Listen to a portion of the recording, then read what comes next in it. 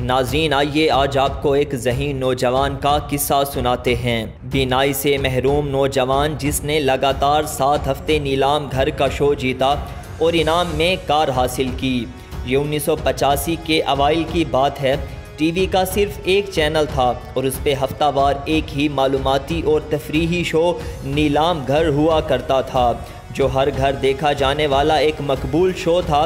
معلوماتی مقابلہ جیتنے والوں کو اکثر چھوٹے بڑے انعامات ملتے تھے، لیکن عوامی اشتیاق اس وقت بہت بڑھا جب پہلی بار گاڑی کے انعام کا اعلان ہوا، اور اس بڑے انعام کے اعلان کے لیے ایک مشکل شرط رکھی گئی کہ جیتنے والے کو لگاتار 7 ہفتے ناقابل شکست رہنا پڑے گا۔ کئی مہینوں تک اس کڑے امتحان میں بہت سے قابل شرکاء نے قسمت آزمائی، لیکن کوئی بھی 2 ہفتے سے زیادہ مسلسل جیت نہ سکا۔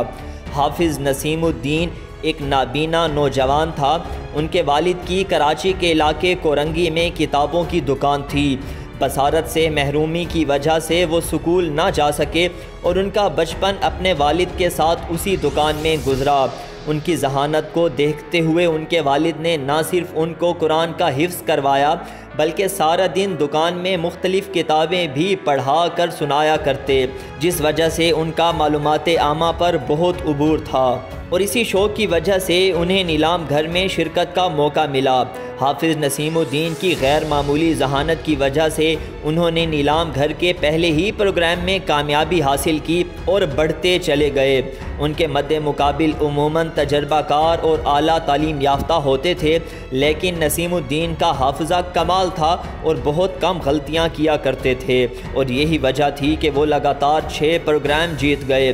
گاڑی کے انعام کے لیے 7ویں پروگرام تک پہنچتے پہنچتے وہ بھرپور عوامی توجہ، دلچسپی اور داد کا مرکز بن چکے تھے۔ ان کی جیت کے لیے چھوٹے بڑے سب پرخلوص دعائیں کر رہے تھے۔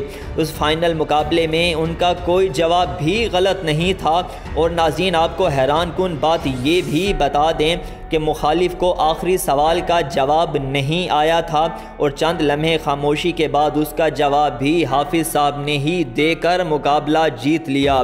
اس دن نسیم الدین کے لیے ہر کوئی خوش تھا۔ نیلام گھر کا پورا حال کھڑے ہو کر کئی منٹ تک پرمسرت تالیاں بجاتا رہا۔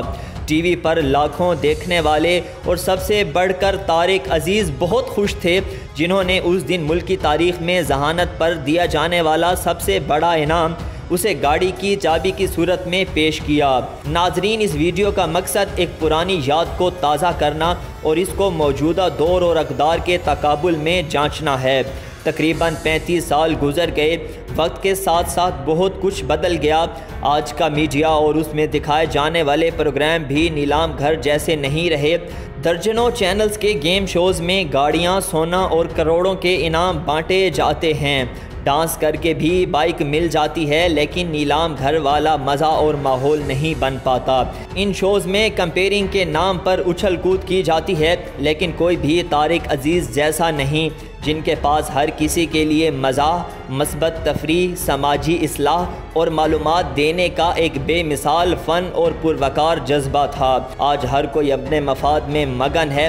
کسی ہم وطن کی کامیابی کی دعائیں تو دور، اب تو کسی کے پاس کسی کے لیے بے غرض خوش ہونے کا بھی وقت نہیں ہے۔ نیلام گھر کا پاکستان بدل چکا ہے۔ میڈیا کا کردار، ہماری معاشرتی اقدار اور ہمارے لوگوں کا مزاج بھی بدل گیا ہے۔ ہم نے بحیثیت ایک معاشرہ اور قوم کیا کھویا کیا پایا، یہ فیصلہ آپ خود کیجئے۔